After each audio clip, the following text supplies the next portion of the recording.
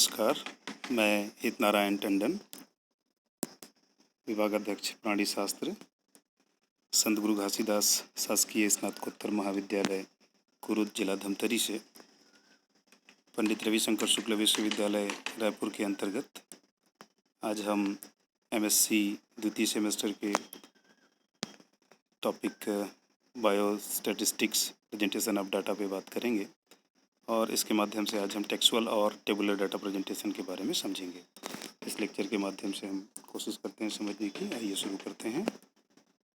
सबसे पहले हम देखें what is biological data. Biological data हम किसे कहते हैं।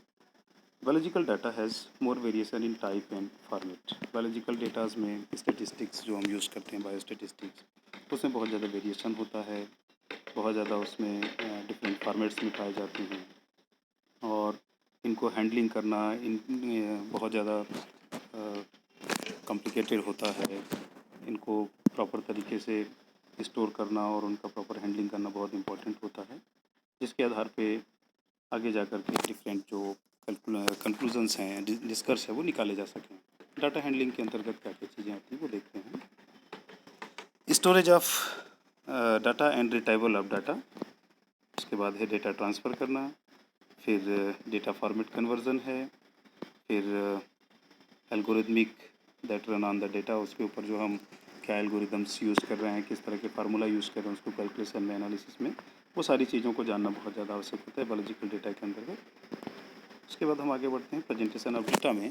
तो बायोलॉजिकल डेटा के बारे में जानने के बाद हम समझते हैं कि इन बायोलॉजिकल डेटास को जो डिफरेंट हमारे रिसर्च हैं, प्रैक्टिकल हैं, उनसे प्राप्त रॉ डेटा को किस तरह से दूसरे फॉर्मेट में बदल के प्रेजेंटेशन के दौरान हम उसको सामने लेके आएँ, ताकि देखने वाला, जो स्टडी करने वाला है, वो at a time, at a glance उसको आसानी से उसके निष्कर्ष और चीज़ें समझ में आ जाएँ कि क्या जानकारी हम उसमें देने जा रहे हैं। इसलिए द डेटा में प्रेजेंटेड इन बेसिकली 3 वेज, 3 अलग अलग प्रकार हैं जिनके आधार पर हम डेटा को प्रेजेंट कर सकते हैं। पहला है टेक्सुअल प्रेजेंटेशन, दूसरा है टेबुलर प्रेजेंटेशन और तीसरा है ग्राफिकल प्रेजेंटेशन। आज हम इस लेक्चर के माध्यम से बात करेंगे टेक्सुअल प्रेजेंटेशन और टेबुलर प्रेजेंटेशन के ऊपर। फर्स्ट है टेक्सुअल प्रेजेंटेशन की बात करें तो numerical data presented in descriptive form. इसमें जो संख्यात्मक जानकारी होती है अपने अध्ययन के बारे में, उन सब को हम डिस्क्रिप्टिव फॉर्मेट में प्रस्तुत करते हैं, उनको वाक्यों के रूप में, लिखित रूप में प्रस्तुत करते हैं, जिसको हम डिस्क्रिप्टिव फॉर्मेट कहते हैं। और डिस्क्रिप्टिव फॉर्मेट प्रस्तुत करना ये काफ़ी लेंदी हो सकता है और इसमें सबसे ज़्यादा जो वर्ड्स का रिपीटेशन है, कई बार ये देखा जाता है कि शब्दों का रिपीटेशन बार बार होता है। और इसमें प्रमुख बात ये होती है कि ग्राफ के फॉर्म में या पैराग्राफ के रूप में इसको प्रस्तुत करने से जो इम्पोर्टेंट पॉइंट है, महत्वपूर्ण बिंदु है, वो छूट जाता है। इसलिए ये अच्छा नहीं माना जाता है ग्राफिकल प्रेजेंटेशन, डेटा प्रेजेंटेशन के लिए। दूसरा हम आते हैं टेबुलर प्रेजेंटेशन पे। टेबुलर प्रेजेंटेशन स्टैटिस्टिकल टेबल होता है और उस स्टैटिस्टिकल टेबल में क्या क्या चीज़ें होती हैं, तो इसमें रो और कॉलम के फॉर्म में हम अपने जानकारी को अरेंज करते हैं systematically, that is known as statistical table. इसमें रो होते हैं और कॉलम होते हैं और इस टेबल के माध्यम से जो जानकारी है वो आसानी से हमारे सामने प्रस्तुत होती है। टेबुलर प्रेजेंटेशन क्या है देखें, एक तो ये लॉजिकल होता है और सिस्टमेटिक होता है। इसके अलावा presented in row and column, row और कॉलम के फॉर्म में जानकारी इसमें प्रस्तुत की जाती है और ये प्रेजेंटेशन को सिंप्लीफाई करता है। ऑब्जर्वर को या पढ़ने वाले को आसानी से जो जानकारी है आसानी से समझ में आ जाती है। कंपैरिजन आसानी से किया जा सकता है दो तरह के डेटा के बीच में और ये इजी और क्विक रिसेप्शन के लिए एक बेहतर माध्यम के रूप में प्रस्तुत होता है। टेबुलर प्रेजेंटेशन में एडवांटेजेस हैं, वो हैं ये सिग्निफिकेंट होता है, ये बहुत लंबे समय तक मस्तिष्क में प्रभाव डालता है और आसानी से क्विक कंपैरिजन करते हैं दो तरह के डेटा के बीच में, तुलनात्मक अध्ययन आसानी से होता है। एरर्स और कोई इसमें हो तो वो इस टेबल को देख करके आसानी से उसको फाइंड आउट किया जा सकता है। रिपीटेशन ऑफ जो टर्म्स हैं, एक्सप्लेनेटरी वर्ड्स हैं, उनके रिपीटेशन इसमें नहीं होते, जैसे कि टेक्सुअल प्रेजेंटेशन में हमने देखा था कि बार बार वर्ड्स रिपीट होते हैं, उस तरह के इसमें नहीं होते। टाइप ऑफ टेबुलेशंस की बात करें तो दो तरह के टेबुलेशन होते हैं, एक सिंपल टेबुलेशन है और दूसरा कॉम्प्लेक्स टेबुलेशन।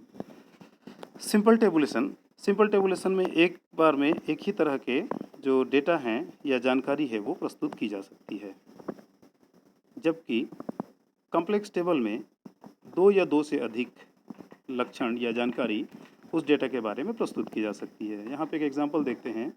इस टेबल के माध्यम से आप देख पाएंगे कि इस टेबल में जो डेटा है वो एक ही जानकारी को प्रस्तुत कर रहा है, name of department and number of student. इसमें प्रत्येक विभाग में छात्रों की कुल संख्या एक लक्षण के रूप में है कि कुल संख्या मात्रा यहाँ पे प्रदर्शित हो रही है। तो हम देख रहे हैं सिंपल टेबुलेशन में उस डेटा का केवल एक ही कैरेक्टरिस्टिक फीचर हम यहाँ पे प्रस्तुत कर पाते हैं, जबकि कॉम्प्लेक्स टेबल में दो या दो से अधिक लक्षणों की प्रस्तुति हो पाती है। दूसरा टेबल हम यहाँ पे एग्जांपल के तौर पे देखें। इसमें जूलॉजी के जो 62 स्टूडेंट थे एक डिपार्टमेंट में, उसमें पहला कैरेक्टर हम कह सकते हैं कैरेक्टरिस्टिक फीचर की टोटल नंबर ऑफ स्टूडेंट है 62, और उसमें दूसरा कैरेक्टर ये है कि उन 62 में से सेकंड सेमेस्टर में कितने हैं और फोर्थ सेमेस्टर में कितने हैं वो भी हम इस टेबल के माध्यम से प्रस्तुत कर पा रहे हैं। कहने का मतलब कि एक कैरेक्टर के अलावा इसमें एक से अधिक कैरेक्टर ऑफ डेटा को प्रस्तुत किया जा सकता है, दैट इज कॉम्प्लेक्स टेबल, ये टेबुलेशन। उसके बाद हम आते हैं पार्ट्स ऑफ टेबल पे। तो एक बायोस्टैटिस्टिकल प्रेजेंटेशन के लिए टेबल का इस्तेमाल जब करना है तो वो किस तरह से हो, उस टेबल के बारे में हम यहाँ पे देखें। एक आइडियल फॉर्मेट टेबल का कैसा होना चाहिए, उसमें आपकी स्क्रीन पे आप देख पा रहे होंगे एक टेबल है बना हुआ। इसमें सबसे ऊपर का जो हिस्सा है वहाँ पे टाइटल हो, और टाइटल इस तरह से हो कि उसमें जानकारी उस टेबल के बारे में जो प्रस्तुत आंकड़े हैं, जो जानकारी है उसके बारे में कंसाइज फॉर्म में छोटे रूप में यहाँ पे टाइटल प्रस्तुत हो। उस टाइटल में कम से कम स्थान, दिनांक और जो न्यूनतम जानकारी है वो उपस्थित होना चाहिए, और इसको टेबल के सबसे ऊपरी हिस्से में टॉप ऑफ द टेबल लिखा जाना चाहिए। दूसरा पार्ट है स्टब। इस टेबल का एक्सट्रीम लेफ्ट पार्ट होता है, ये कॉलम है, कॉलम नंबर 1 आप देख पा रहे होंगे, ये स्टब कहलाता है। और इसमें इस टेबल के प्रत्येक रो में कौन सी जानकारी है उसका डिटेल यहाँ पे हम लिखते हैं, अर्थात प्रत्येक टेबल के प्रत्येक रो में किस प्रकार की जानकारी है वो स्टब वाले पार्ट में हम दर्शाते हैं। दूसरा, कॉलम्स में क्या जानकारी हमने भरी है उसको हम ऊपर की ओर कैप्शन कहते हैं, यह हिस्सा कैप्शन कहलाता है। और इस हिस्से में प्रत्येक कॉलम में किस तरह की जानकारी है उसको लिखा जाता है, साथ में कॉलम के साथ साथ उसके सब कॉलम्स की भी जानकारी होती है। तीसरा जो हिस्सा है इसमें 1 2 3 4 5 6 7 करके ये कॉलम्स के नंबर हैं, ये इसका हिस्सा है। कॉलम के नंबर और कैप्शन इन दोनों को मिला के हम कहते हैं बॉक्स हेड, ये ऊपर का हिस्सा होता है। इसके बाद सबसे इम्पोर्टेंट पार्ट है बॉडी ऑफ टेबल। ये stub, caption, box head, title, इन सब को छोड़ के टेबल का जो मुख्य हिस्सा है वो कहलाता है बॉडी ऑफ टेबल। इसके बाद सबसे निचला जो हिस्सा है सोर्स ऑफ टेबल। अगर आपने इस टेबल को किसी स्टैटिस्टिकल इंस्टीट्यूट से किसी संस्था से लिया है, या किसी दूसरे ऑब्जर्वर ने पहले टेबल बनाया हुआ है अपने अध्ययन में और वहाँ से आपने एज अ रेफरेंस यूज़ किया है, तो उसके बारे में सोर्स वाले पार्ट में आपको जानकारी देनी होगी कि इस टेबल को आपने कहाँ से प्राप्त किया है। लास्ट पार्ट है फुटनोट। फुटनोट वाले हिस्से में आपको बताना होता है अगर आपने इस टेबल पे कोई ऐसा शब्द यूज़ किया है जिसका एक्सप्लेनेशन ज़रूरी है, या कोई विशेष जानकारी आपने इसमें डाली है जिसका एक्सप्लेनेशन यहाँ ज़रूरी है, उसको सिंबॉलिक फॉर्म में प्रस्तुत किया है टेबल के बीच में, तो उस सिंबल का एक्सप्लेनेशन यहाँ देना चाहें तो वो सब चीज़ें आप फुटनोट वाले पार्ट में दे सकते हैं, ये ज़रूरी पार्ट्स हैं। देन एक एग्जाम्पल के फॉर्म में हम यहाँ पे देख सकते हैं एक टेबल है 10 days observation of birds during lockdown at Sun City कुरुत। 1 अप्रैल से लेकर 10 अप्रैल के बीच में हमने जो अध्ययन किया था बर्ड्स का, उनका एक टेबल हमने यहाँ पे बनाया हुआ है। ये देखिए एक टेबल है, टेबल का हिस्सा है। इसमें कॉलम्स, पहला जो स्टब वाला पार्ट है, प्रतिदिन हर रो में, पहले रो में 1/4/2010 1 तारीख को बर्ड्स की कितनी संख्या हमने आइडेंटिफाई करी या नोट किया, 2 को, 3 को, 4 को, इस तरह से हम देख रहे हैं। उसके बाद स्टब के बाद ये कैप्शन वाले भाग में देखें, मेन कॉलम है नेम ऑफ बर्ड और उसके सब कॉलम्स हैं कॉमन मैना, ब्राह्मणी स्टारलिंग, पाइड स्टारलिंग और टोटल बर्ड्स। ये इस तरह से एक टेबल है, आइडियल टेबल के रूप में हम इसको यूज़ कर सकते हैं। ऐसे ही और डिफरेंट टेबल्स हैं, उसका इस्तेमाल आप कर सकते हैं। कुछ एसेंशियल फीचर्स हैं टेबल के बारे में कि एक अच्छे टेबल में क्या जानकारी होनी चाहिए, उसके क्या पार्ट्स होने चाहिए। तो distinction is preferred in column and sub columns by using single and double ruling. अगर कॉलम के अलावा सब कॉलम्स हैं तो उसमें सिंगल लाइनिंग और डबल लाइनिंग के माध्यम से हम उसको दर्शा सकते हैं कॉलम और सब कॉलम को डिफ्रेंशिएट करने के लिए। Table must contain necessary detail, हर टेबल में नेसेसरी डिटेल्स आप जरूर डालें। Source of information must be disclose at the end of table, उसके लास्ट में हमने चर्चा किया ही है। फुट नोट में आप उसके एक्सप्लेनेटरी टर्म्स को डिफाइन कर दें। तो एक अच्छे टेबल में ये चीज़ें ज़रूर होनी चाहिए। उसके अलावा हम ये कोशिश करें कि टाइटल बहुत छोटा हो और साथ में उसमें पूरी जानकारी उपलब्ध हो।